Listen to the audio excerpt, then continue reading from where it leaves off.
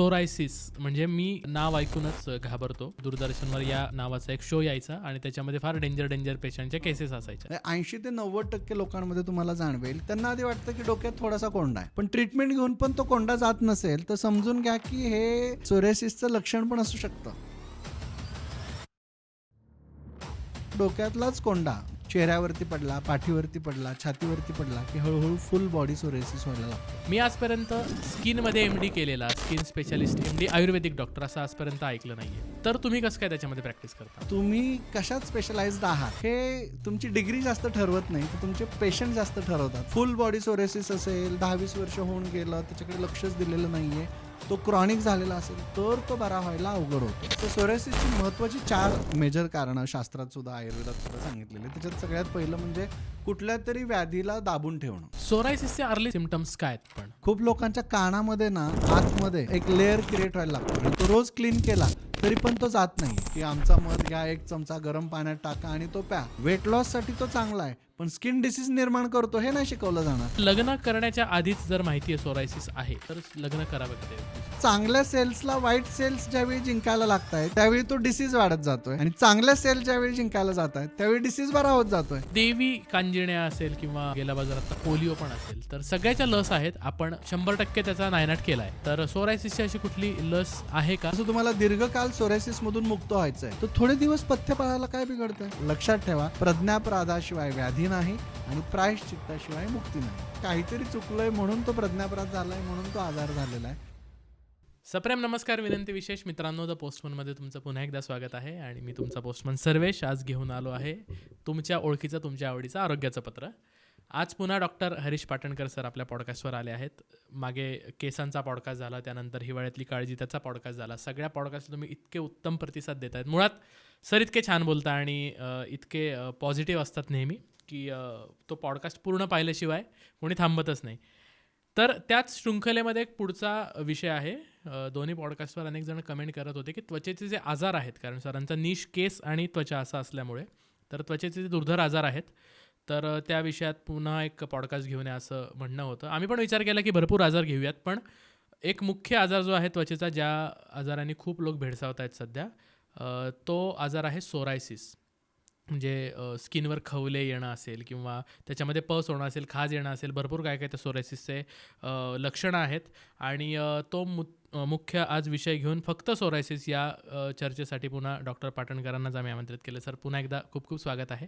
धन्यवाद सर. तुम्हाला माहिती आहे सरांच्या भारतामध्ये, भारताबाहेर, भारतातल्या काही शहरांमध्ये OPDs आहेत आणि खूप त्यांचे पेशंट्स आहेत. सोरायसिसचे पण त्यांनी प्रचंड पेशंट्स ट्रीट केलेले आहेत आणि अनेकांना त्याचा खूप चांगला फायदा झाला आहे. तर हा भाग नक्की बघा आणि सोरायसिस असणाऱ्या किंवा नसणाऱ्या मित्रांसोबत सुद्धा शेअर करा, कारण खूप महत्त्वाचा असा आजचा विषय आहे. आणि पोस्टमनला सबस्क्राईब देखील नक्की करा आणि बेल आयकॉन नक्की दाबा, जेणेकरून पत्रपेटीत पडणारं पुढचं पत्र पडलं की सगळ्यात आधी नोटिफिकेशन तुम्हाला येईल. चला पत्राला सुरुवात करूया.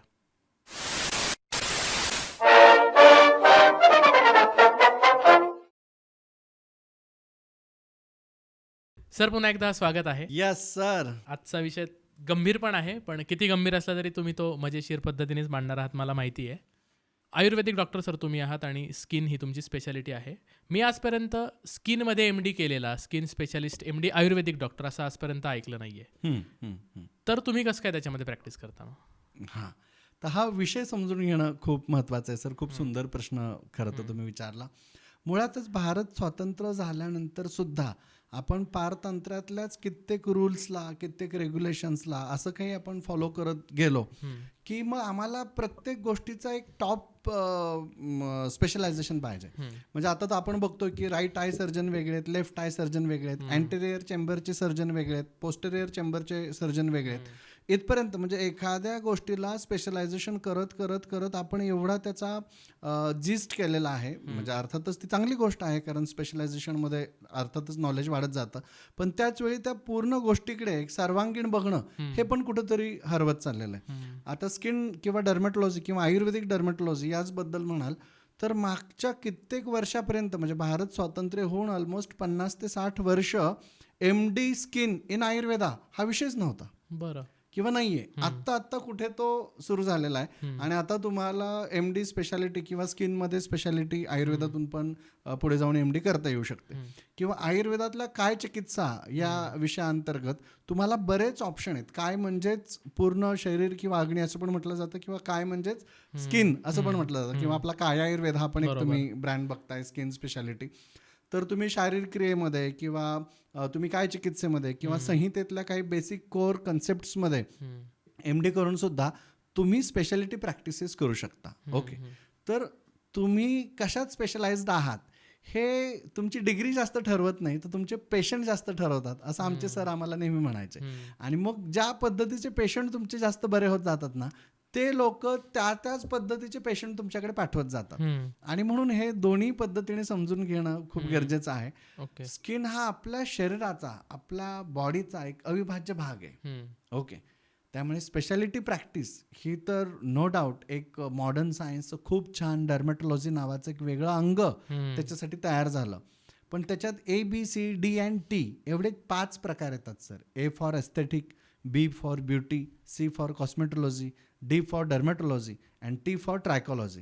तर या ABCD and T मध्ये तुम्ही कशामध्ये स्वतःला अजून डेव्हलप करताय ते मॅटर करतं. आणि जर कोणी खूप अभ्यास करून स्पेशालिटी आयुर्वेदातून डर्मेटॉलॉजी किंवा आयुर्वेदातून ट्रायकॉलॉजी, म्हणजे ज्याला आपण असं म्हणूयात की केश आयुर्वेद किंवा काय आयुर्वेद करत असेल, तर ते आपण अजून सकारात्मकतेने पाहिलं गेलं पाहिजे. आणि माझा PhDचा विषय सुद्धा आयुर्वेदिक ट्रायकॉलॉजी, आयुर्वेदिक डर्मेटॉलॉजी अशा पद्धतीचा आहे की instrumentation and visualisation based techniques in diagnostic and treatment value addition. So तुमचा रिसर्च, तुमचा अभ्यास तुम्हाला एखाद्या क्षेत्रातला तज्ज्ञ बनवत असतो. PhD तर तुम्ही डबल डॉक्टरेट म्हणता त्याला. So it's a part of knowledge, nothing else.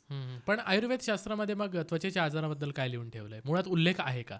हो, आता जसं बघा, आता कम्पॅरिझनच करायचं झालं तर मॉडर्नमध्ये जवळपास 3000 नॉन स्किन डिसीजेस आहेत की ज्याला आपण कुठेतरी लिस्टेड केलेले, नाव दिलेले आजार असं म्हणूयात.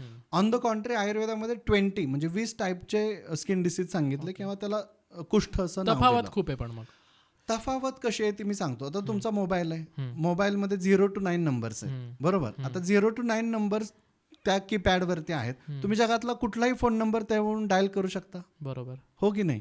करू शकता. आयुर्वेदात 3 दोष सांगितलेत आणि 7 धातू सांगितलेत. ओके, 3 दोष 7 धातू, 0 to 9 10 डिजिट तुमच्याकडे आले. जगातला कुठल्याही डिसीजचं नोमेनक्लेचर, सायंटिफिक नोमेनक्लेचर तुम्ही तिथं देऊ शकता. ओके, आणि म्हणून आयुर्वेद सांगतो नाही सर्व विकाराणाम नामोस्ति ध्रुवस्थिती. मॉडर्न मध्ये आपण बघतो आपला शेक्सपियर पण सांगतो की नावात काय.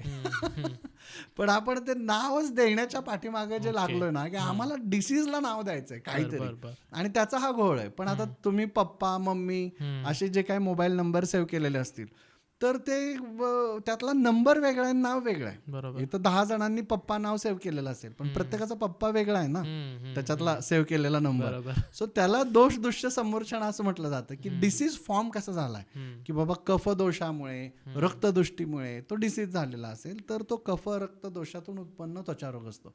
साधी डोकेदुखी असली तरी आयुर्वेदात ती वेगवेगळी आहे. आता तुम्हाला तुमचं लग्न नाही झालं, नाही तर तुम्हाला जाणवलं असतं बायकोची डोकेदुखी वेगळी, आईची डोकेदुखी वेगळी, आपण EMI भरू नाही शकलो तर बँकेची डोकेदुखी वेगळी. ओके, असं सर खूप प्रकार असतात डोकेदुखीत सुद्धा.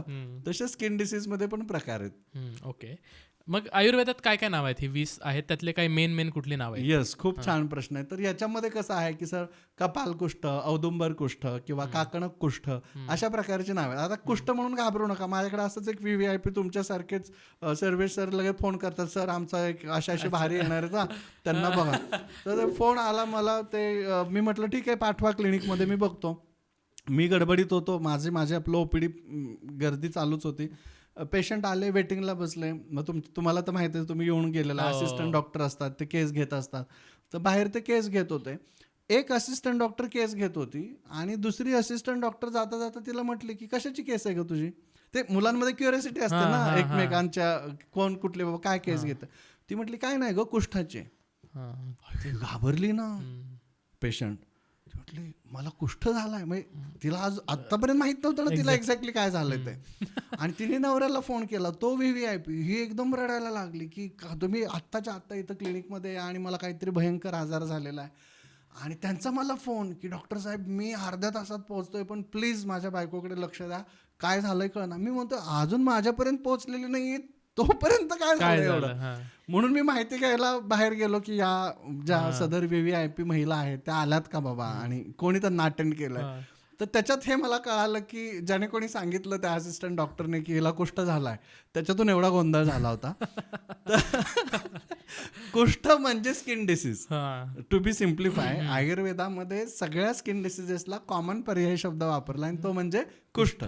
छोटा स्किन डिसीज असेल तर क्षुद्र कुष्ठ, मोठा स्किन डिसीज असेल तर महाकुष्ठ. ओके. एवढं ते सिम्पल आहे. So skin disease is equal to कुष्ठ. तर ते संस्कृत शब्द आहे. संस्कृत शब्द आणि बोलीभाषा नेहमीच वेगळी असते. आता अंगात शर्ट घाल म्हणजे काय तुम्ही शर्टात अंग घालता का? नाही.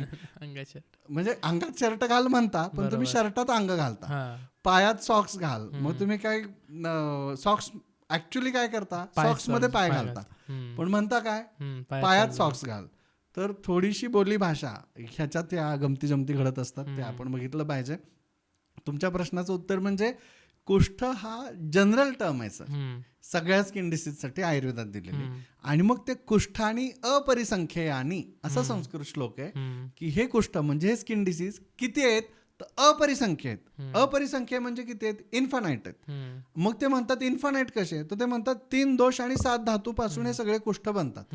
आता तुम्ही इन्फानाईट मोबाईल नंबर डायल करू शकता की नाही तुमच्या आहे त्या कीपॅड वरती? मग सेम लॉजिक आहे. एक डिजिट चेंज केला तरी SMS दुसरीकडे जाणार आहे, फोन दुसरीकडे जाणार आहे. तो exact mobile number find out करणं. आणि म्हणून ते आयुर्वेदिक लोक हे टेलरिंगच्या भाषेत बघितलं तर ते कस्टमाइज्ड कपडे शिवून देतात. म्हणजे तुम्हाला कस्टमाइज्ड मेडिसिन जे आता AI जनरेटेड लेटेस्ट आलेलं आहे. मग आयुर्वेदानेच हे पेशंट का बरे होतात? कारण आयुर्वेद तुम्हाला कस्टमाइज्ड ट्रीटमेंट प्लॅन करून देतो. बरोबर. तुमच्यासाठी कोणता दोष, कोणता धातू, कोणता मल बिघडलाय ते अचूक निदान करून त्याची अचूक ट्रीटमेंट होते. म्हणून ते आयुर्वेदात बरे होतात. मॉडर्न सायन्समध्ये ऑन द कॉन्ट्री याला बऱ्याचदा जनरलाइज म्हटलं जातं किंवा हे बरंच होऊ शकत नाही असं म्हटलं जातं. वेगवेगळे प्रकार आहेत नो डाऊट. आयुर्वेदात पण साध्य, असाध्य, याप्य, कृच्छ्र साध्य अशा आजाराचे प्रकार आहेत. आयुर्वेदाने ज्याला असाध्य म्हटलंय ते मॉडर्नमध्ये कदाचित साध्य असू शकतं आणि मॉडर्नने ज्याला असाध्य म्हटलंय ते आयुर्वेदात साध्य असू शकतं. Second opinion should be from second pathy. तुमचं सेकंड ओपिनियन हे सेकंड पॅथीतलं असलं पाहिजे. एकाच पॅथीतले 10 डॉक्टरांकडे जरी गेलात तुम्ही तरी ओपिनियन सेमच असणार आहे किंवा 99.9% सेम असणार आहे कारण रोड सेम आहे. पण सेकंड ओपिनियन हे सेकंड पॅथीतलं असलं की त्याच आजाराकडे बघण्याची विजन चेंज होऊन जाते. आणि म्हणून आम्ही कन्सेप्ट ऑफ ज्ञान आणला आमच्या काय आयुर्वेदमध्ये. आयुर्वेद, ॲलोपॅथी, होमिओपॅथी, नॅचरोपॅथी, योग या सगळ्यांचं सगळे टॉप पॅनलिस्ट आपण काय आयुर्वेदमध्ये घेतले. आणि डिसीज पेशंट आल्यानंतर कोणत्या पॅथीतला डॉक्टर याला बरा करू शकतो, कोणत्या वेने बरा करू शकतो, आपला रोल काय, आपला मोठो काय. तर पेशंट बरा करणं हा मोठो आहे, पॅथी मोठी करणं हा नाहीये. आणि म्हणून आम्ही सगळ्या पॅथीतले टॉप डॉक्टर्स घेऊन पेशंट बरा करणं हा तिथं अजेंडा ठेवला आपला. सर जवळपास 19 पानांचा केश आयुर्वेदचा आणि काय आयुर्वेदचा स्किन डिसीजचा रिपोर्ट निघतो. म्हणजे एखाद्या पेशंटला एखादा स्किन डिसीज झाला असेल तर त्याचं फोटोग्राफी होते, त्याचे ॲनालिसिस होते, त्याचं ब्लड सॅम्पलिंग होतं, त्याचं जर तिथे काही रेसिड्यूज निघत असतील तर ते चेकिंगला पाठवले जातात. गरज पडली तर बायोप्सी मॉडर्न सायन्सच्या डॉक्टरांची मदत घेऊन ती केली जाते. आणि हा सगळा टेस्टिंग रिपोर्ट क्रिएट करून मग कोणत्या पॅथीतून हा लवकर बरा होणार आहे हे आयडेंटिफाय केलं जातं आणि मग ट्रीटमेंट सुरू होते. सो मला असं वाटतं की आपण पेशंट बरा करणं याच्याकडे जास्त महत्त्व दिलं पाहिजे ना की पॅथी मोठी करणं. ओके. ज्या सो कॉल्ड असाध्य आजाराबद्दल आपण बोलणार आहोत त्याचे अनेक तुमचे पेशंट्स आहेत ज्याच्यावर तुम्ही यशस्वी उपचार केले आहेत. तर सोरायसिस म्हणजे मी नाव ऐकूनच घाबरतो कारण लहानपणी मला माहिती आहे दूरदर्शनवर या नावाचा एक शो यायचा आणि त्याच्यामध्ये फार डेंजर पेशंटच्या केसेस असायच्या. दुसरं चॅनल नसल्यामुळे आम्हाला तेच बघणं होतं. त्यानंतर मी आताच गप्पा मारतोय सोरायसिसच्या. तर सोरायसिस म्हणजे नक्की काय, बेसिक ओळखीपासून आपण सुरुवात करूया. Sir excessive shedding of skin आपल्या बॉडीची सुरू झाली की आपल्या बॉडीमध्ये 30,000 स्किन फ्लेक्स पर मिनिट हा नॉर्मल शेडिंग रेशो आहे. पण ते शेडिंग आपलं वाढायला लागलं की मग त्याला सोरायसिस झालाय असं म्हटलं जातं. तर हा ॲटोइम्युन डिसीज पण आहे. किंवा अगदी समजा याची सुरुवात कुठून होते तर डोक्यातल्या कोंड्यापासून. खूप जणांमध्ये 80 ते 90% लोकांमध्ये तुम्हाला जाणवेल की त्यांना आधी वाटतं की डोक्यात थोडासा कोंडा आहे. हम्म. पण ट्रीटमेंट घेऊन पण तो कोंडा जात नसेल तर समजून घ्या की हे सोरेसिसचं लक्षण पण असू शकतं. ओके. हां, कारण तो डॅन्ड्रफ जो आहे तो स्काल्प सोरेसिसमध्ये बऱ्याचदा कन्वर्ट होतो. ओके. मग स्काल्प सोरेसिस, सिबोसोरेसिस किंवा सिबोराईक डर्मेटायटिस असे त्याच्यात छोटे छोटे छोटे प्रकार आहेत. हम्म. ओके, मॉडर्न सायन्समध्ये कॅटेगरायझेशन खूप छान असतं. हम्म.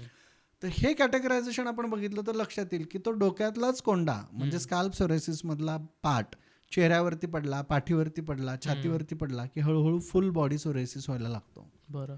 मग याचे वेगवेगळे प्रकार येतात. गटेड सोरेसिस किंवा पाल्मो प्लांटर सोरेसिस किंवा फक्त प्लांटर सोरेसिस. हम्म. म्हणजे डोक्यातला कोंडा आहे का पूर्ण शरीरावरती आहे का फक्त हातापायांवरती आहे. हम्म. आणि मग त्याच्यानुसार म्हणजे आता डोक्यातला कोंडा असेल, स्काल्प सोरेसिस असेल, तो 100% ट्रीटेबल आहे सर, तो बरं. बरा होतो. हम्म. पाल्मो प्लांटर सोरेसिस आहे, हातापायांचा आहे, तो बरा होतो. हम्म. फुल बॉडी सोरेसिस असेल, 10-20 वर्ष होऊन गेलं, त्याच्याकडे लक्षच दिलेलं नाहीये, तो क्रॉनिक झालेला असेल तर तो बरा व्हायला अवघड होतो. ओके. पण मग मूळ मुद्दा हा आहे की तुम्ही अर्ली डिटेक्शन करा ना. हम्म. Early detection, early treatment gives use the 100% result. हम्म. हम्म. सापाचं पिल्लू आहे घरामध्ये तुम्हाला दिसतंय, हम्म. त्याला पाळताय कशाला मग? हम्म. त्याला तुम्ही दूध घालणार, पाळणार, मोठा करणार, मग मोठा झाल्या म्हणणार अरे हा डसला मला. चावला.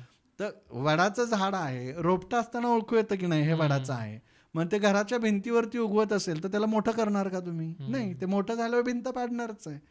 तसं सोरायसिस आहे, एखादा पॅच आला तुम्हाला कुठेतरी, तो दिसतोय स्किन डिसीज आहे, पण आता तो लाईफ थ्रेटनिंग नाहीये, त्याचा काही त्रास होत नाहीये म्हणून लोक त्याला पाळतात. हो. जसं सापाच्या पिल्लाला पाळलं किंवा वडाच्या रोपट्याला पाळलं तसं त्याला पाळतात. मग 10-10, 20-20 वर्ष झाल्यानंतर त्याची पाळंमुळं आता घट्ट झालीत, बरोबर. मग तो लवकर बरा होत नाही. मग आता म्हणतात की हा आजार बराच होत नाही. हम्म. बरा होत नाही तुमच्या दुर्लक्षपणामुळे. बरा होत नाहीये तुम्ही पथ्य पाळत नाही आहात म्हणून. बरा होत नाहीये तुम्ही त्याला दुर्लक्ष करताय म्हणून.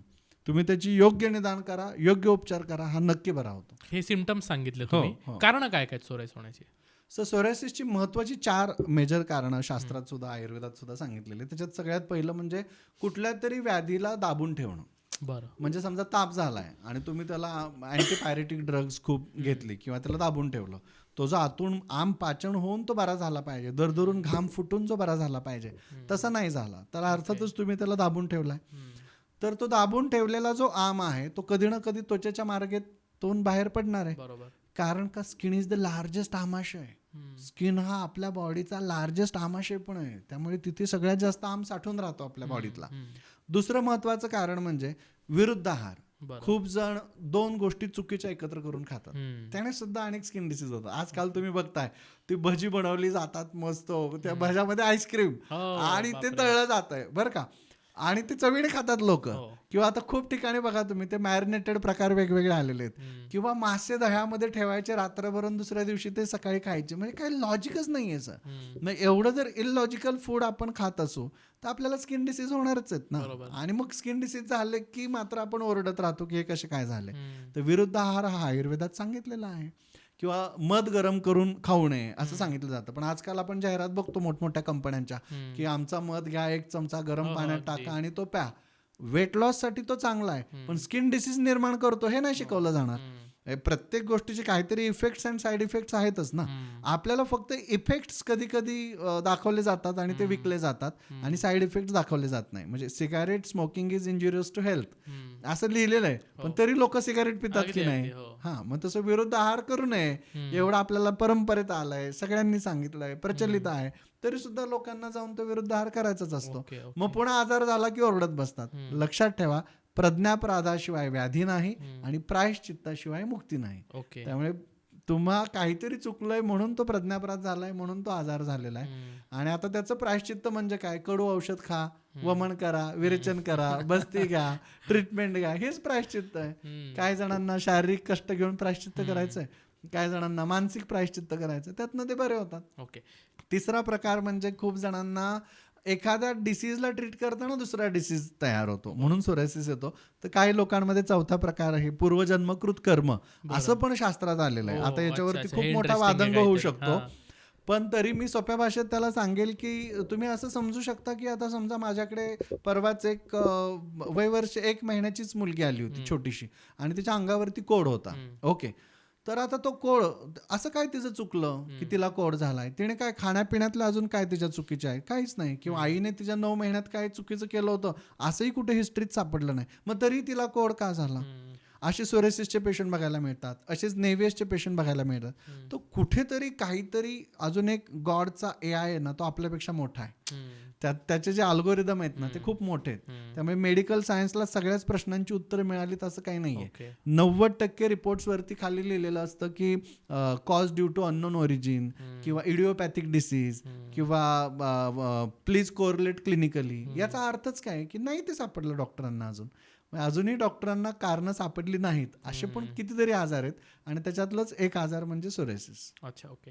आता तुम्ही म्हणालात की आपण आहे ते आजार दाबून ठेवतो, म्हणजे औषध गोळ्या घेऊन वगैरे ते बाहेर पडू देत नाही. बरोबर. याच्यामध्ये बरेचदा असंही होतं की प्रवासाला जायचंय, मळमळ होत आहे आणि उलटी होणे म्हणून आपण गोळ्या घेतल्या, तर तेही असू शकते. खूप सुंदर विचारलं तुम्ही. छर्दीचा उपद्रव म्हणून त्वकरोग किंवा कुष्ठ हे आयुर्वेदात आलेलंच आहे. ओके.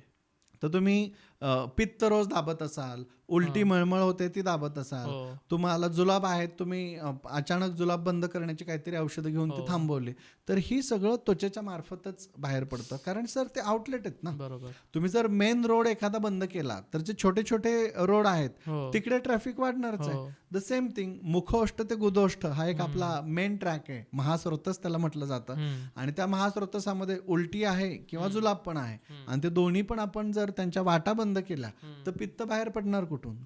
ते त्वचेतून बाहेर पडायला लागतं. चकंदळ उठतात, शीतपित्त येतं किंवा एक्झिमा येतो, सोरेसिस येतो, छोटे छोटे आजार सगळे सुरू होतात, नागिन होऊ शकते. अच्छा, एक्झिमा आणि सोरेसिस मध्ये काय फरक आहे? त्याच्यात सर छोटे छोटे फरक आहेत. म्हणजे एक्झिमा मध्ये 2 टाईप बघायला मिळतात आपल्याला, एक ड्राय एक्झिमा आणि एक वेट एक्झिमा. म्हणजे काही जणांना त्वचा कोरडी पडते आणि खाज जास्त सुटते, तर काही जणांना त्वचा ओली होते आणि खाज जास्त सुटते. तर हा एक्झिमाचा प्रकार आहे. ओके. पण सोरेसिस जो आहे, सोरेसिसमध्ये काय होतं, तर सोरेसिसमध्ये 2 त्याचे डिफरन्शियल डायग्नोसिसच्या टेस्ट सांगितलेल्या आहेत. तर त्याच्यामध्ये समजा कॅन्डल ग्रीस अपिअरन्स तिथे असेल, म्हणजे मेणबत्ती घ्यायची आणि ती एखाद्या रफ सरफेसवर घासायची, तर जसा अपिअरन्स दिसेल तुम्हाला तसा जर अपिअरन्स तिथे स्किनवरती असेल तर तो सोरेसिस आहे. ओके. किंवा अस्पिट साईन म्हणून एक दुसरी साईन सांगितलेली की ज्याच्यामध्ये जिथे पॅच आहे त्या पॅचला तुम्ही असं स्क्रब केलं तर पांढरा कोंडा पडल्यासारखं होतं, म्हणजे शेडिंग ऑफ स्किन निघतं. तर ह्या 2 साईन जर प्रेझेंट असतील मॉडर्ननुसार, अस्पिट साईन आणि कॅन्डल ग्रीस साईन, तर तो 100% सोरायसिस आहे. बाकीचे सगळे एक्झिमा आहेत. अशा पद्धतीने तुम्ही त्यांचं डायग्नोसिस करून पुढे ट्रीटमेंट प्लॅन करू शकता. आणि प्रकार काय काय सोरायसिसचे? सगळ्यांना सेमच असतो? नाही, सोरायसिसचे सर खूप प्रकार आहेत. त्याच्यात सगळ्यात महत्वाचे म्हणजे प्लांटर सोरायसिस आहे, पाल्मो प्लांटर सोरायसिस आहे, म्हणजे हातापायांना होणारा सोरायसिस, किंवा स्काल्प सोरायसिस आहे, किंवा गटेट सोरायसिस म्हणून पण एक सोरायसिस आहे की ज्याच्यामध्ये असे छोटे छोटे गटेट लाईक अपिअरन्स क्रिएट होतात. किंवा पस्च्युलर सोरायसिस म्हणून एक प्रकार आहे की ज्याच्यामध्ये पस फॉर्मेशन असलेले सगळे बाउट्स आपल्या बॉडीवरती क्रिएट होतात. हेच जसे मॉडर्नमध्ये तसेच आयुर्वेदामध्ये पण त्याचे सुंदर प्रकार आहेत, म्हणजे वातज, पित्तज, कफज किंवा रसधातू दृष्टीजन्य, रक्तधातू दृष्टीजन्य, मांसधातू दृष्टीजन्य. पुन्हा मी तुम्हाला म्हटलं तसं 3 दोष 7 धातू, 0 to 9 इन्फानाईट नंबर डायल तुम्ही याच्यातून करू शकता. आणि तेवढ्या प्रकारांना तुम्ही नोमेनक्लेट करू शकता. आणि म्हणून प्रत्येकाचा सोरायसिस वेगळा. एकाच घरामध्ये आईला, भावाला, बहिणीला किंवा अनुवांशिकतेने वडिलांनाच आलाय, मुलांनाच आलाय, असे पण येतात. पण याच्यातले प्रकार वेगवेगळे आहेत आणि त्यांचे निदान करून चिकित्सा केली की ते बरे होतात. ओके. आता 3 दोषांचा उल्लेख येतोय म्हणून हा प्रश्न, की आयुर्वेद सगळ्या रोगांना या 3 दोषांच्या पॅरामीटरवर जज करतं. हो. तर कुठल्या प्रकृतीच्या माणसाला सोरायसिस होण्याची जास्त चान्सेस आहेत?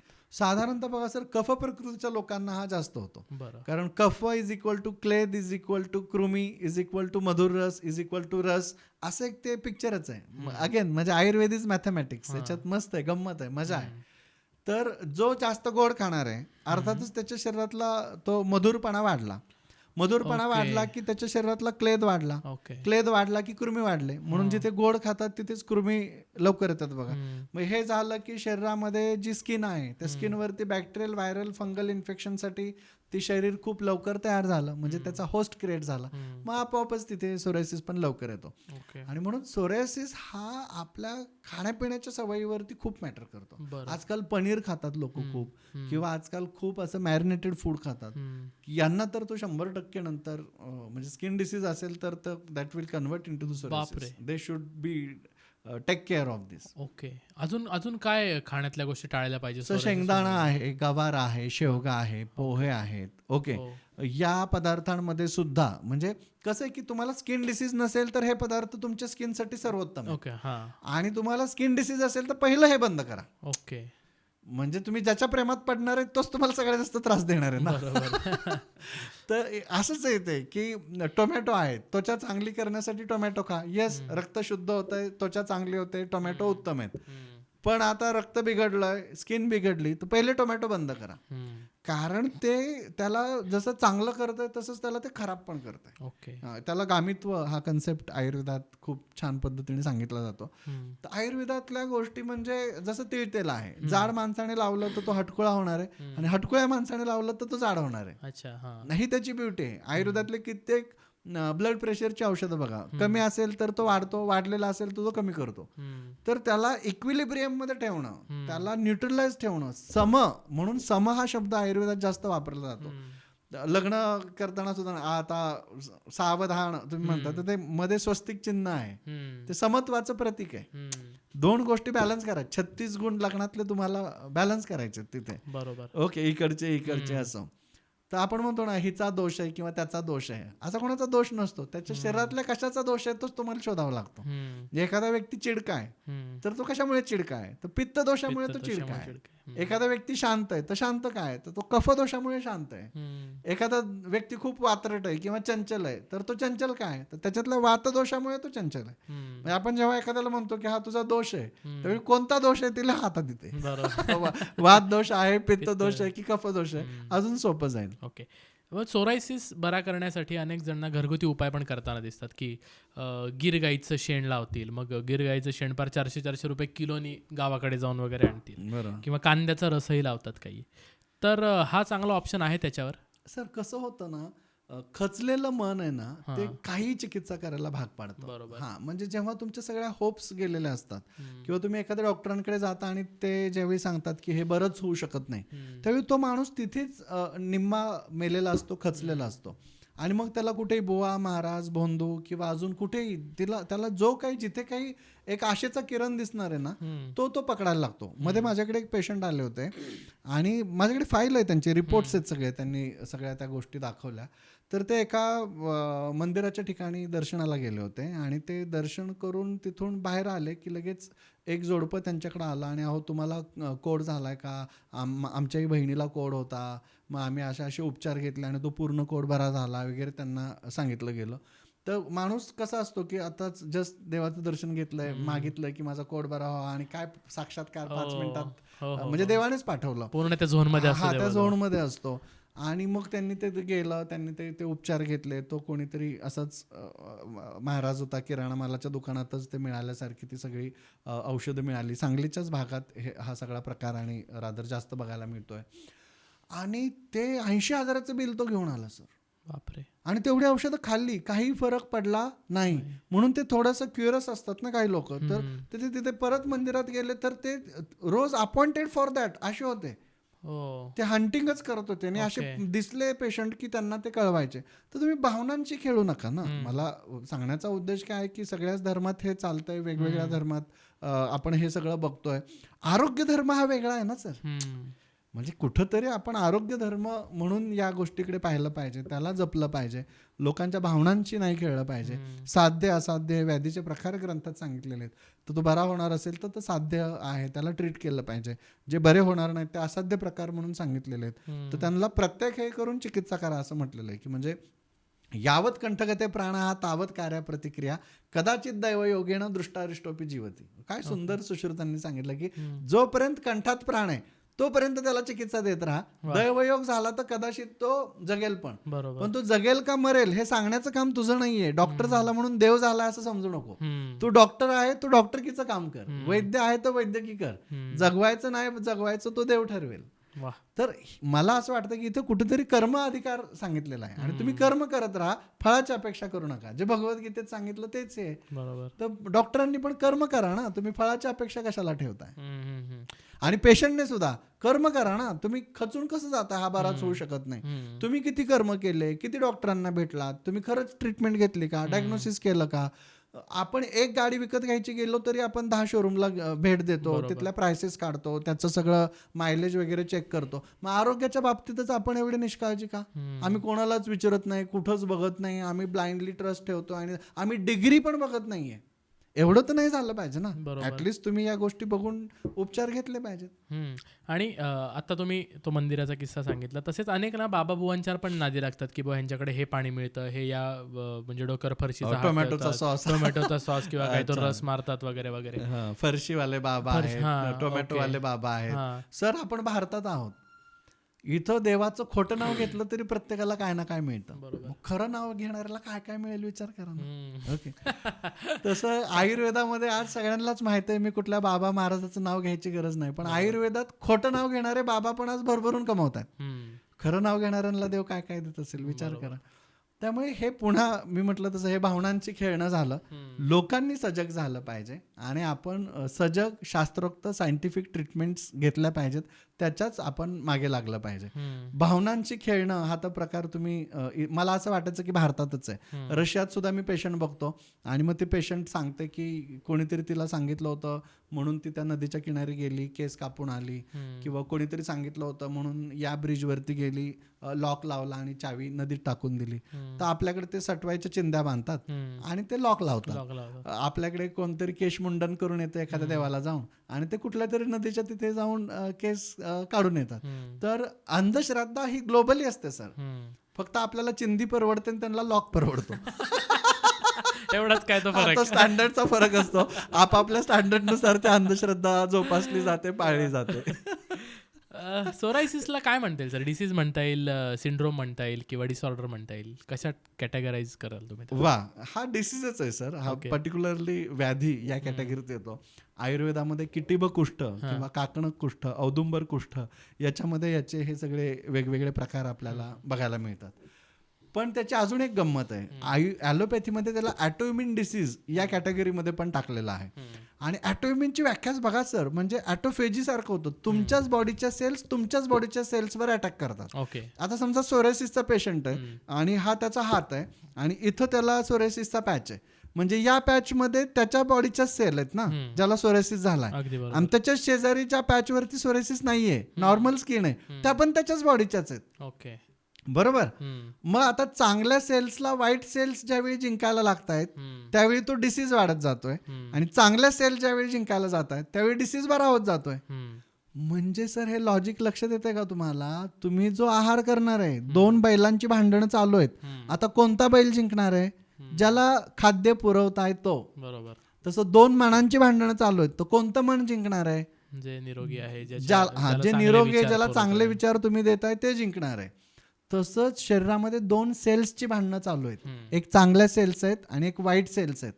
तर तुम्ही जर अपथ्य केली, म्हणजे मासे खाल्ले, दूध खाल्ले, पनीर खाल्लं, अजून चुकीचे पदार्थ खाल्ले, तर कोण जिंकणार आहे? वाईट सेल जिंकणार आहे. आणि तुम्ही जर पथ्य पाळली, औषधं घेतली, लवकर उठलात, लवकर झोपलात, त्वचा रोग बरा होण्यासाठी जे जे लागतं ते सगळं केलं, तर कोण जिंकणार आहे? चांगले सेल जिंकणार. सर हे फक्त युद्ध आहे तुमच्या शरीरात सुरू झालेलं, तुमच्याच शरीरातल्या चांगल्या पेशींचं तुमच्याच शरीरातल्या वाईट पेशींबरोबर सुरू झालेलं युद्ध आहे. And that's why it is autophagy or autoimmune disease. अच्छा. ओके. म्हणजे डिसीज या कॅटेगरीत. येस. आपण तर म्हणतो ना, माझं मन मला खातंय. बघा आपण मराठीत किती छान मन. व्हॉट इज दिस? जेव्हा आपण एखादं चुकीचं काम करतो ना तेव्हा आपलं मन आपल्याला खात असतं. मग तसंच आपली सेल आपल्या सेलला जेव्हा खायला लागते ना, हे चुकीचं काम आज सतत सतत सतत होत गेलं, पर्क्युलेट झालं की मग डिसीज फॉर्म होत असतो. आणि म्हणून आयुर्वेदात सांगितलं की धर्म पालन करा. धर्म पालन म्हणजे काय? डोळ्याने डोळ्याचा धर्म, कानाने कानाचा धर्म, जिभेने जिभेचा धर्म, आरोग्याचा धर्म, खाण्यापिण्याचा धर्म. आपण धर्म पालन करत असतो तर आपल्याला आजार होतच नाहीत, झाले तरी ते लवकर बरे होतात. सोरायसिसचे अर्ली सिम्पटम्स काय आहेत? पण म्हणजे समजा एखाद्याला सोरायसिस नाहीये पण असे सिम्पटम्स दिसत आहेत तर भविष्यात खूप सुंदर प्रश्न विचारला होऊ शकतो.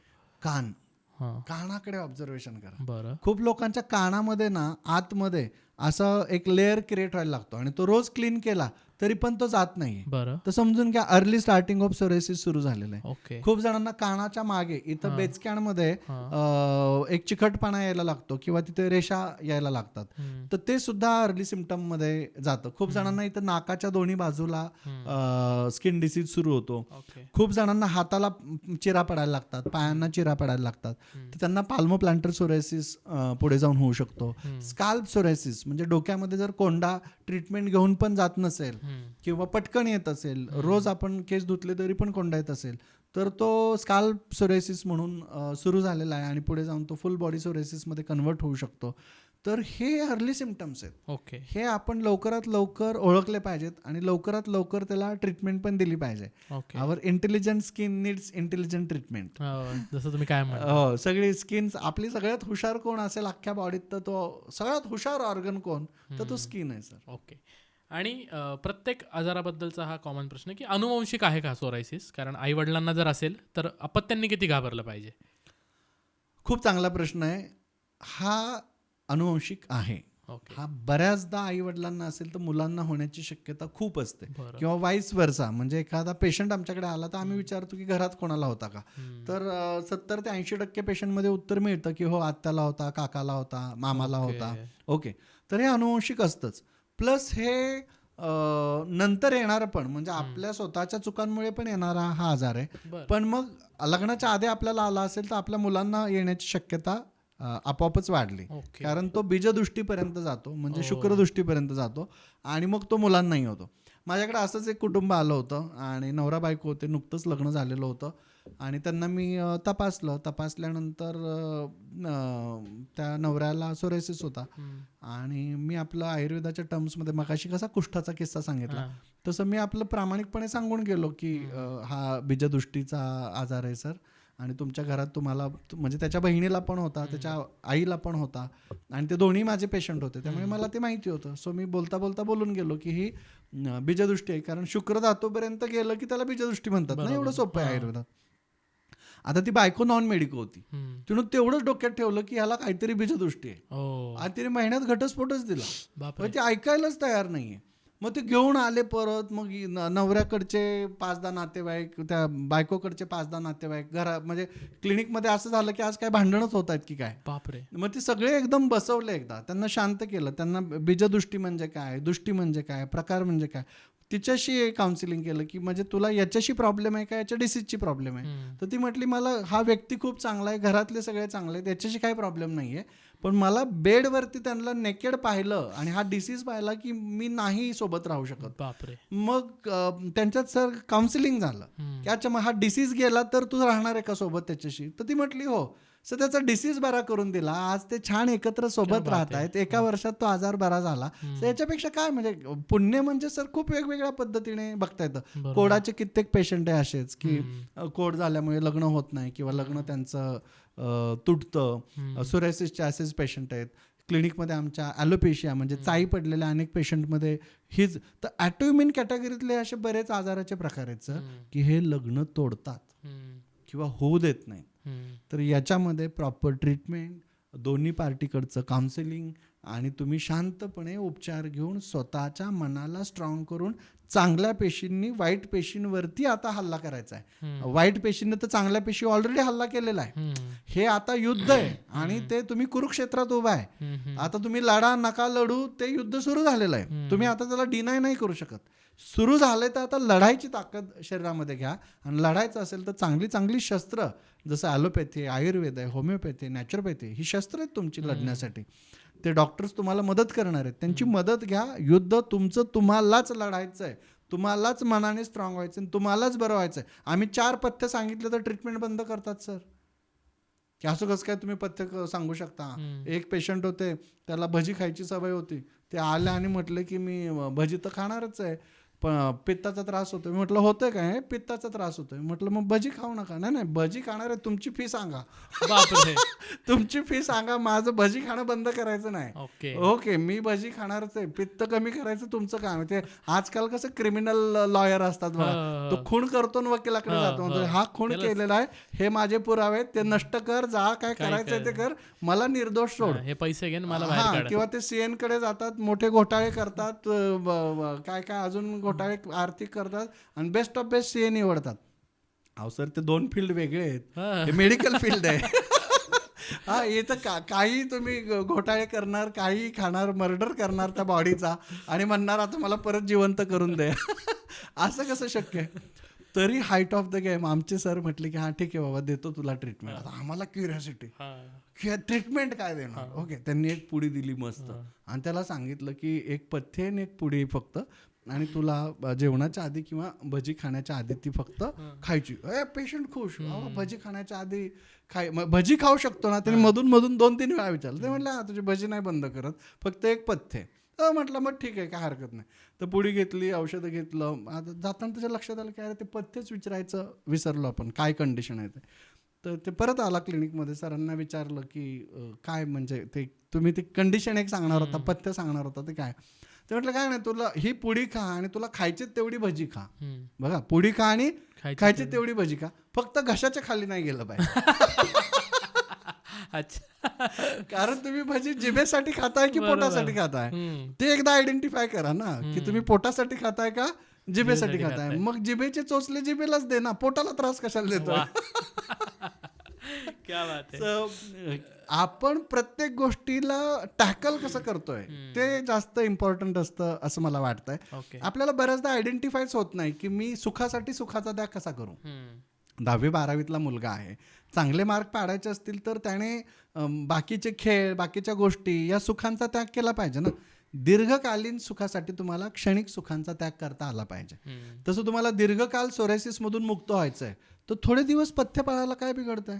थोडे दिवस तुम्हाला शेंगदाणे खायचे नाहीये, थोडे दिवस तुम्हाला पनीर खायचं नाहीये, दही खायचं नाहीये, किंवा डॉक्टरांनी सांगितलेलं पथ्य पाळायचं ना, औषधं घ्यायची. पण ते क्षणिक काळासाठी केलं तर दीर्घकाळ सुख नाही का मिळणार आहे? म्हणून आम्ही असं गमतीने म्हणतो की प्रेमाचं आणि प्रमेयाचं चिकित्सा सूत्र एकच, सुखासाठी सुखाचा त्याग. सुंदर, डीप. आता सोरायसिसमुळे लग्न मोडल्या अशा बातम्या पण मी मध्यंतरी वाचल्या. म्हणजे इतका एक्स्ट्रीम लेवलला त्याचा परिणाम दिसायला लागलाय. पण लग्न करण्याच्या आधीच जर माहिती आहे सोरायसिस आहे तर लग्न करावं का त्या व्यक्तीशी? सर, सांगून करावं. इथिकली कोड असेल, सोरायसिस असेल किंवा कुठलाही. इव्हन मी मध्ये केस बघितली की हेअर ट्रान्सप्लांट झालेल्या व्यक्तीसोबत लग्न झालं आणि नंतर कळालं की ट्रान्सप्लांटेड हेअर होतं म्हणून तिने लग्न मोडलं. बापरे. आता तिचंही बरोबर आहे, कारण नको होते तिला आर्टिफिशियल. शेवटी तुम्ही ते आर्टिफिशियलच आणले ना. तुम्ही सर्जरी, सर ती पण एक महत्वाची, one of the major surgery. आधीचे फोटो एकदम वेगळे असतात आणि ट्रान्सप्लांट नंतरचे फोटो एकदम वेगळे असतात. तर असं होत असतं. तर त्याच्यात सगळ्यात पहिला सल्ला म्हणजे तुम्ही खोटं बोलून लग्न नका करू. नंतर पश्चाताप करण्यापेक्षा आधीच आपण सजग असलेलं केव्हाही चांगलं. तर सोरेसिस आहे, कोड आहे, किंवा असं हेअर ट्रान्सप्लांट आहे, किंवा कुठला ऑटोइम्युन डिसीज तुम्हाला असेल, किडनीचे काही डिसीज असतील तर तुम्ही आधी सांगा. आता बऱ्याच लोकांचं असं म्हणणं असतं की सर आधी सांगितल्यावर लग्नच होत नाहीत ना, मग कसं सांगणार आम्ही? तर मग तो तुमचा वैयक्तिक प्रश्न आहे. आणि ऍटलिस्ट तुम्ही डॉक्टरांचा सल्ला घेऊन एखाद्या त्या जोडप्याला घेऊन जावा डॉक्टरांकडे. तुम्ही एड्स असल्यानंतर लग्न करणार आहे का? HIV असल्यानंतर करणार नाही ना, मग याच्यामध्येच का? हा पण एक ऑटोइम्युन डिसीजच आहे ना.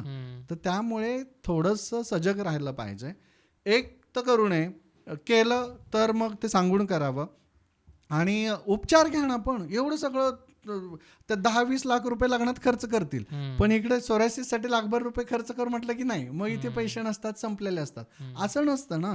कोणी डॉक्टर तुम्हाला गंमत म्हणून ट्रीटमेंट सांगत नाहीये. काहीतरी त्याचं इफेक्ट आहे ना, तो बरा करण्यासाठी तेवढा प्रज्ञापराधाला प्रायश्चित्त तेवढं करायचंच आहे. कोणाला ते पथ्य पाळून करायचं. कसं आहे सर, 4 मार्ग आहेत एखाद्या ठिकाणी जाण्याचं. पायी गेलात तरी पोचणार आहे, तुम्ही बसने गेलात तरी इथून दिल्लीला जायचंय, चालत पण जाऊ शकता, तुम्ही बसने पण जाऊ शकता, प्रायव्हेट कार पण करू शकता, आणि तुम्ही हेलिकॉप्टर पण करू शकता, किंवा विमानाने जाऊ शकता. लोकांचं कसं झालेलं आहे, मला विमानाने पोहोचायचं आहे, पण मी रेल्वेचे पण पैसे द्यायला तयार नाही. असं कसं असेल सर?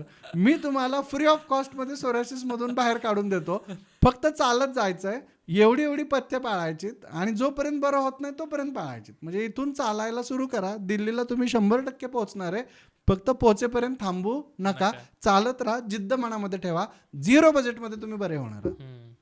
सर, एखाद्या पेशंटला बरं करणं हे आता आयुर्वेदात आलं तर मला पक्क लक्षात आलं की हे टोटली त्या डॉक्टरच्या किंवा त्या वैद्याच्या इंटेन्शनवरती डिपेंड आहे. आज मी 0 बजेटमध्ये पण पेशंट बरे करून देऊ शकतो. पेशंटने फक्त ग्रंथात लिहिलेले पथ्य पाळायची मानसिक तयारी ठेवली पाहिजे. नाही तर पेशंट असे असणार, भजी खाणार, औषधं तुम्ही द्या.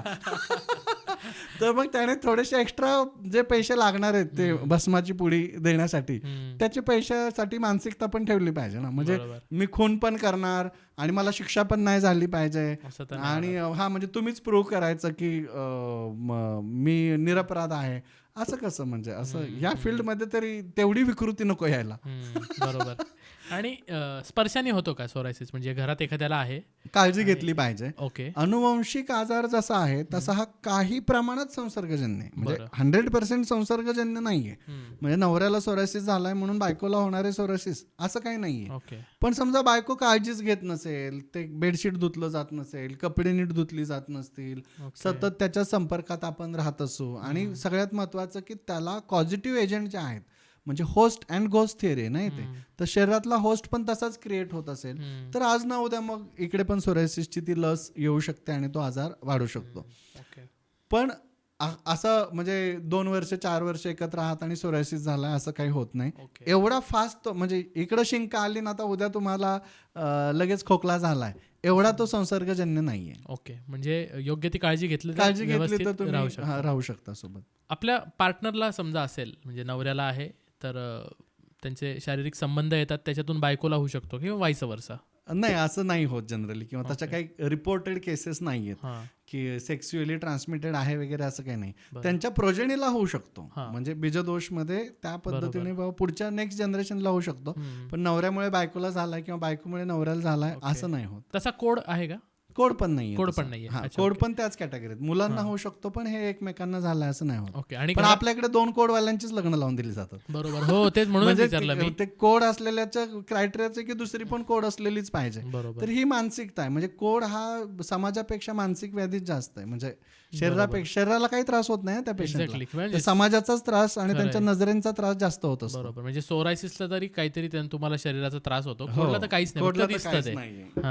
आणि सोरायसिसचं समजा आहे हे माहिती आहे, दिसतो पण अंगावर, पण अनेकांना दुर्लक्ष करायची जी सवय असते, तर दुर्लक्ष केल्यानंतर तो कुठल्या एक्सटेंटला जाऊ शकतो? म्हणजे सुरुवातीला चट्टे असतील, नंतर खाज सुटेल, नंतर पस पण होतो का? काय काय होतं? खूप भयंकर होतात. म्हणजे तुम्ही सोरायसिसचे फोटो गुगलवरती पण नाही बघू एवढं बघू मग कसं त्या पार्टनरने सोबत राहावं सांगा ना. म्हणजे सिम्पल लॉजिक आहे, एका बेडवरती तर ते राहणं मुश्किलच आहे ना. मग पार्टनरसाठी सोडा, स्वतःला ऍटलिस्ट आरशासमोर छान वाटलं पाहिजे ना. आपल्याला आरशासमोर आपलंच हेट होत असेल तर मग त्यांची कारणं शोधायला गेलं तर त्यांचं रात्रीचं जागरण असतं, त्यांना चुकीच्या हॅबिट्स लागलेल्या असतात, खाण्यापिण्याच्या चुकीच्या सवयी असतात, ते त्यांना बिलकुल सोडायचं नसतं आणि आजारातून तर बरं व्हायचं असतं. तर असं कसं शक्य आहे ना? प्रत्येक गोष्टीला काहीतरी त्याची कारणं आहेत आणि त्याची काहीतरी चिकित्सा आहे. आपण कारणं शोधली, त्याचं योग्य निदान केलं आणि योग्य चिकित्सा घेतली की आपण त्यातनं बाहेर पडू शकतो. आज आपल्याकडे हजारो पेशंट सोरायसिस मधून बाहेर पडलेले आहेत. त्यांची तुम्ही मुलाखत घ्या, त्यांच्याशी तुम्ही बोला, त्यांच्याशी संवाद साधा आणि त्यांनी ती पथ्य पाळलेली असतात, ट्रीटमेंट घेतलेली असते.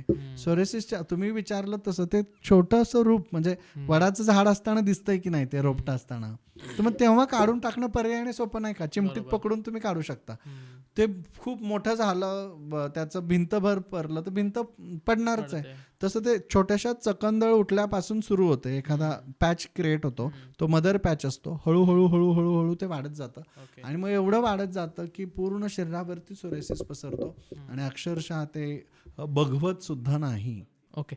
एक बारीक चट्ट्यापासून सुरुवात होते, बरोबर तुम्ही म्हणालात. आता तुमचे जे सक्सेसफुली ट्रीट केलेले पेशंट्स आहेत त्यांचा पूर्ण गेलाय म्हणजे नक्की काय झालं? सो फुल बॉडी सोरायसिसचे पण पेशंट बरे होतात.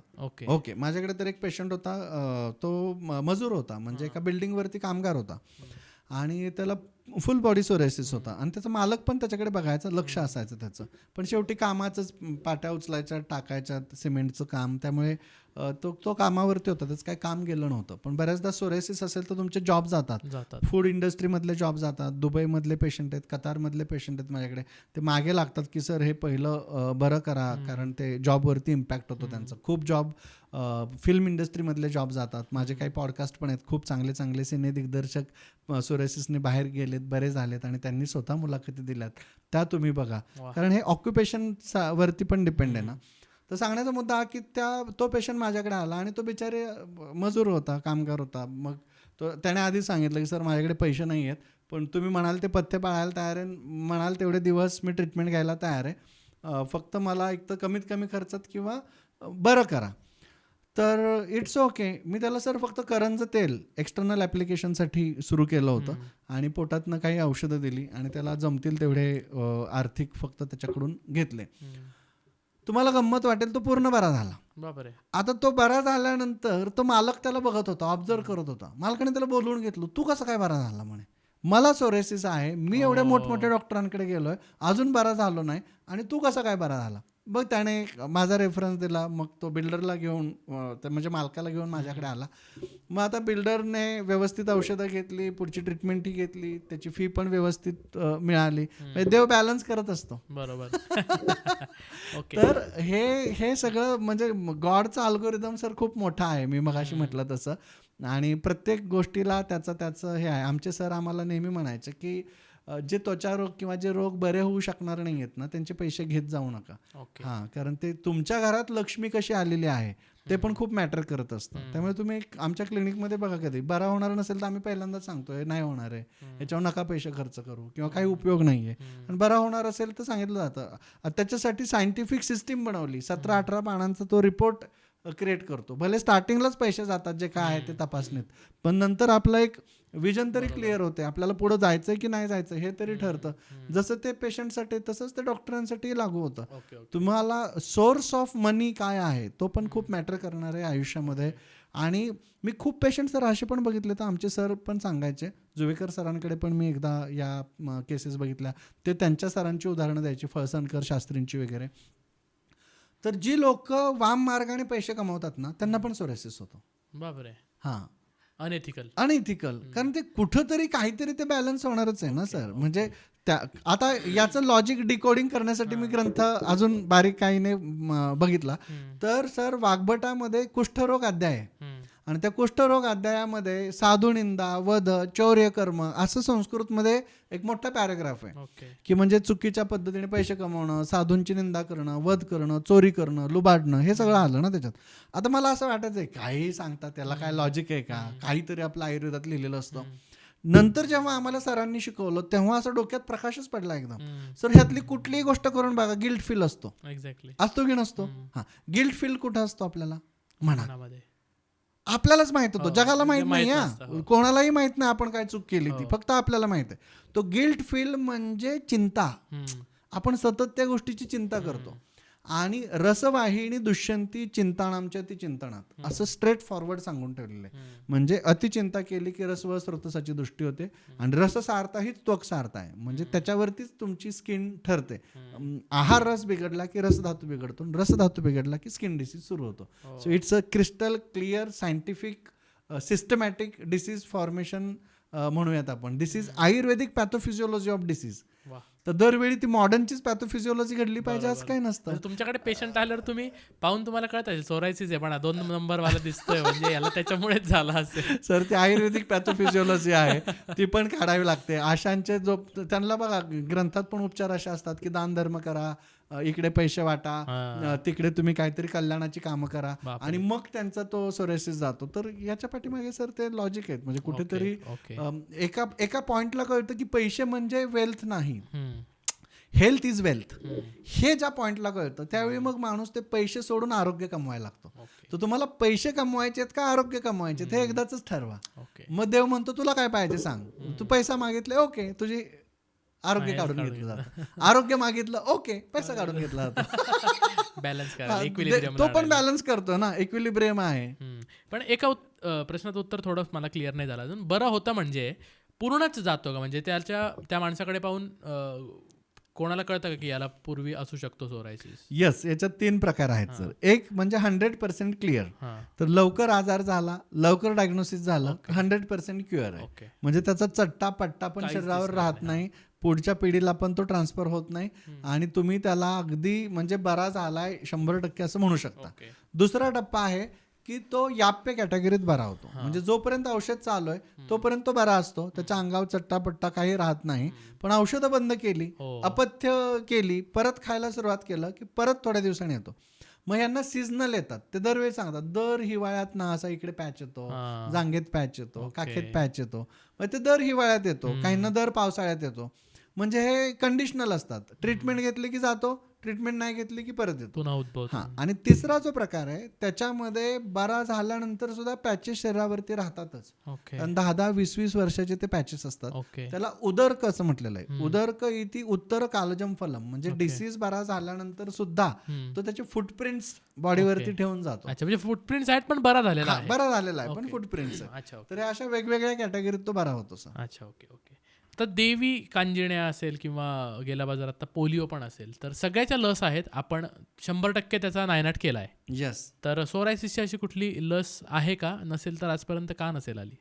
अरे बापरे सर, माझ्याही खरं वाचनात नाहीये हां. किंवा ऐकण्यात पण नाहीये की अशी कुठली सोरायसिसची लस आहे का. पण बहुधा ती नसावी किंवा नाहीये, कारण असती तर आतापर्यंत ती तेवढी पोहोचली असती आणि तेवढी वापरली असती लोकांनी. पण जशी गोवर कांजिण्यांची लस आहे, स्मॉल पॉक्स, चिकन पॉक्स याच्या आहेत, तशी सोरायसिसची तर लस अजून तशी नाहीये. किंबहुना असं पण आम्हाला बऱ्याच मध्ये कोविडच्या काळात हे बघायला मिळालं की लशीनंतर सुद्धा खूप जणांना स्किन डिसीज झालेत. बरं. तर लस घेतल्यानंतर जेव्हा इम्युनिटीवरती अटॅक करणाऱ्या जेवढ्या लशी आहेत ना, त्याच्यात इम्युनिटी ट्रिगर पण होऊ शकते किंवा लो पण होऊ शकते. तर अशा केसेसमध्ये काही बऱ्याचदा ॲटोइम्युन डिसिजेसमध्ये स्किन डिसीज झालेले आपल्याला बघायला मिळतात. तर लशीतून सोरायसिस मुक्त करणं हे भविष्यातलं एखादं दिवा स्वप्न असू शकतं. कदाचित ते झालं तर चांगलंच आहे. पण किती गोष्टींच्या लशी घेणार सर, आणि का सारख्या आपण लसी घेणार याचाही विचार केला पाहिजे. त्याच्यापेक्षा शरीर कसं सक्षम करता येईल, कोणती लस न घेता मला माझी व्याधी प्रतिकारक क्षमता कशी वाढवता येईल, याच्याकडे आपण जास्तीत जास्त लक्ष दिलं पाहिजे. सर आता छोटंसं बाळ जन्माला आलं तर जन्मल्यापासून त्याचं 3 वर्षापर्यंत बघा ते आहारापेक्षा जास्त लशी घेत आहे सध्या.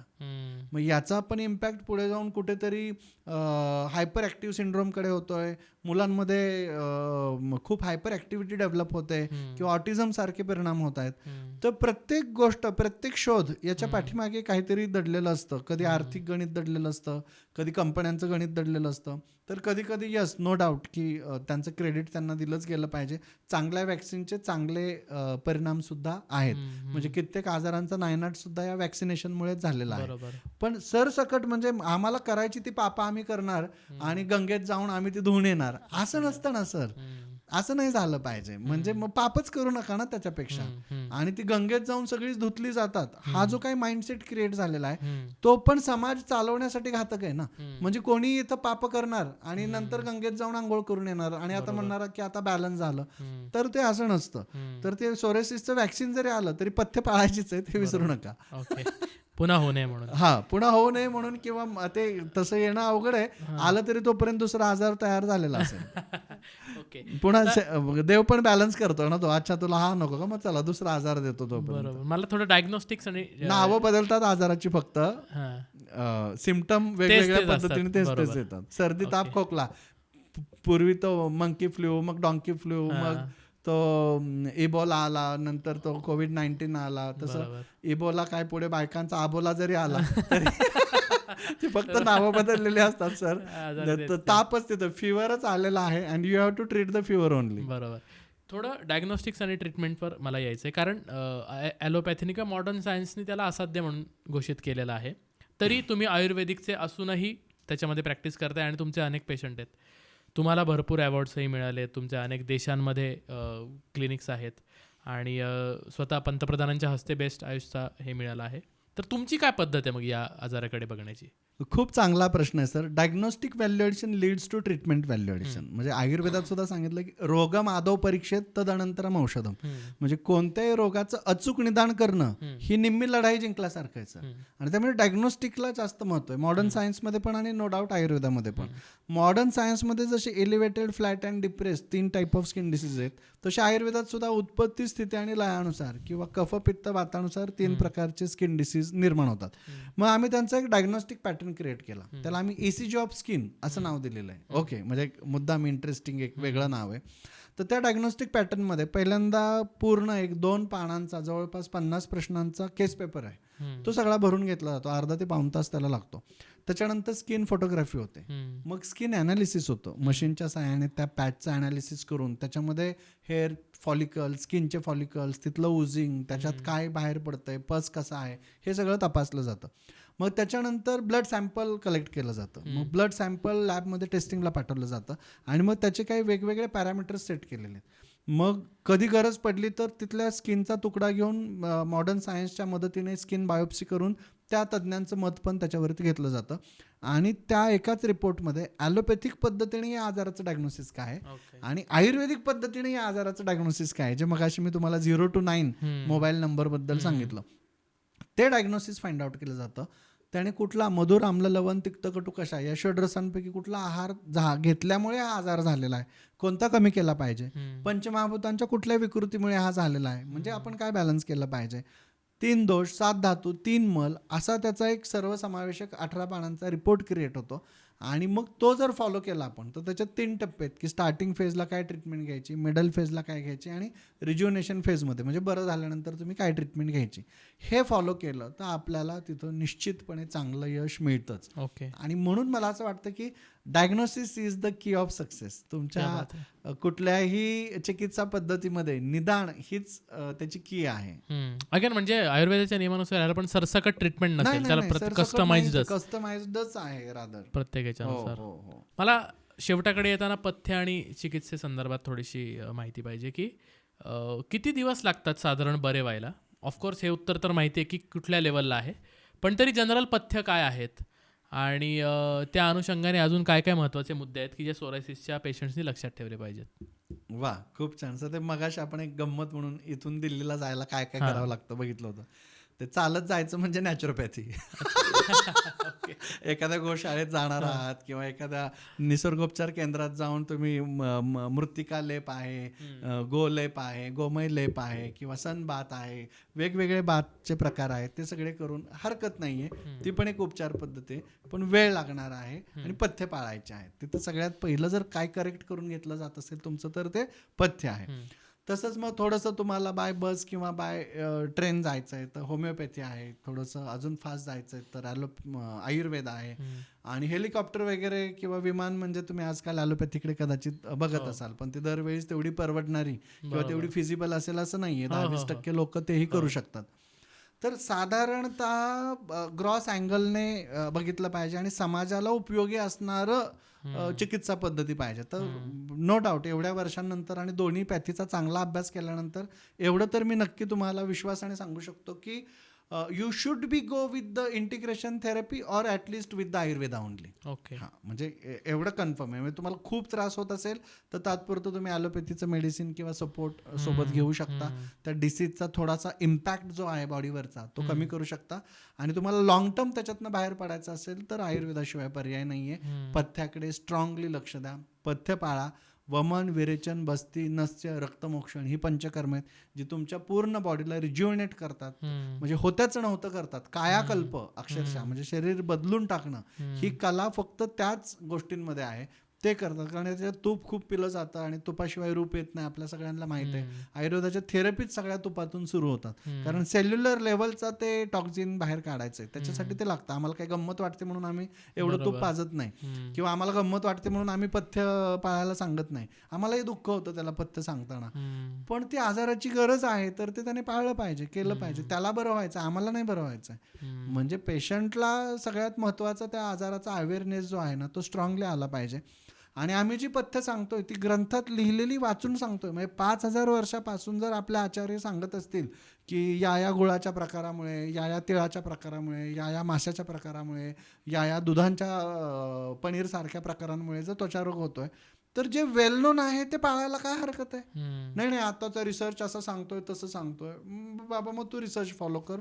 अंगावरती तू 10-10 वर्ष 20-20 वर्ष सोरायसिस घेऊन तो येतो भेटायला, पुन्हा 10 वर्षांनी येतो आणि म्हणतो की सर मी तुमचं तेव्हाच ऐकायला पाहिजे होतं. तर सगळ्यात पहिलं आणि महत्त्वाचं पथ्य शॉर्ट फास्टमध्ये त्याने शेंगदाणे, त्याने तीळ, गूळ, त्याच्यानंतर त्याने गोड पदार्थ, बेकरीचे पदार्थ, आंबवलेले पदार्थ हे थोडे कमी केले पाहिजेत. गवार, शेवगा, पोहे कमी केलं पाहिजे. आणि सगळ्यात महत्त्वाचं पनीर आणि मासे या गोष्टी त्याने अवॉइड केल्या पाहिजेत. तर तो सोरायसिसमधून लवकर बरा होऊ शकतो किंवा तो होणारच नाही याच्यासाठी पण या पथ्याचा त्याला चांगला फायदा होणार आहे. आणि झाला असेल तर लवकर बरं व्हायला मदत होणार आहे. ज्यांना सोरायसिस आहे त्यांनी त्याचं प्रॉपर डायग्नोसिस करून घेतलं पाहिजे. आपल्या सोरायसिसचा प्रकार 0 to 9 मध्ये कुठला आहे तो शोधला पाहिजे आणि त्याचे योग्य उपचार घेतले तर 8 ते 9 महिन्यामध्ये खूप चांगल्या पद्धतीने आपल्याला सोरायसिसमधून बाहेर पडता येतं. ओके. आणि तो परत होऊ नये म्हणून रिज्युनेशन थेरपी आहे, पंचकर्म आहे, वमन, विरेचन, रक्तमोक्षण आहे, हे आपण केलं आणि थोडीशी पथ्य पाळून राहिली तर तो आपल्याला परत येत नाही. लक्षात ठेवा की स्किन ही तुमचीच आहे आणि skin is the largest organ of our body. मग अर्थातच skin is the largest organ for the diseases also. जो ऑर्गनच शरीरात सगळ्यात मोठा आहे त्याचे आजार पण सगळ्यात जास्त असणार ना. आणि म्हणून त्याचे प्रकार पण सगळ्यात जास्त आहेत. Skin have the largest types of skin diseases. आणि म्हणून सोरायसिस नुसतं सोरायसिस नाहीये, त्याचे असंख्य प्रकार पडतात. तो प्रकार तपासून जर चिकित्सा केली तर नक्की यश मिळतं. ग्रेट, क्या बात आहे सर. आज सोरायसिसचं पूर्ण आपण विस्तृत तुम्ही उत्तरं दिली आहेत आणि अनेक प्रश्न कव्हर केलेत मी आज. तरी सोरायसिसबद्दल जी प्रश्न लोकांना असेल ते कमेंटमध्ये विचारणारच आहेत आणि त्या विषयांना घेऊन पुन्हा आपण भेटूच. या पुढच्या वेळी एखादा दुर्धर आजार अजून घेऊयात, कारण लोकांच्या भरपूर काय काय कमेंट्स येत आहेत. सगळे ॲड्रेस एका पॉडकास्टमध्ये करणं शक्य नाही आहे. त्यामुळे मी तुम्हाला विनंती करेन की पुन्हा एकदा तुम्ही या. तुर्तास खूप खूप धन्यवाद, तुम्ही आलात आणि आम्हाला खूप छान वाटलं. Thank you sir. मित्रांनो, हे पत्र तुम्हाला कसं वाटलं नक्की कळवा. हा पॉडकास्ट आपल्या सोरायसिस असणाऱ्या नसणाऱ्या मित्रांसोबत, नातेवाईकांसोबत शेअर करा आणि अजून कुठले पॉडकास्ट आम्ही घेऊन यायला पाहिजे, आरोग्याच्या पत्रामध्ये अजून कुठले आजार तुम्हाला त्याच्यावरचं पॉडकास्ट तुम्हाला ऐकायला आवडेल आम्हाला नक्की कळवा. आणि द पोस्टमनला सबस्क्राईब करा आणि बेल आयकन नक्की दाबा, जेणेकरून पत्रपेटीत पडणारं पुढचं पत्र पडलं की सगळ्यात आधी नोटिफिकेशन तुम्हाला येईल. तोपर्यंत खूप खूप धन्यवाद. कळावे तुमचा पोस्टमन सर्वेश.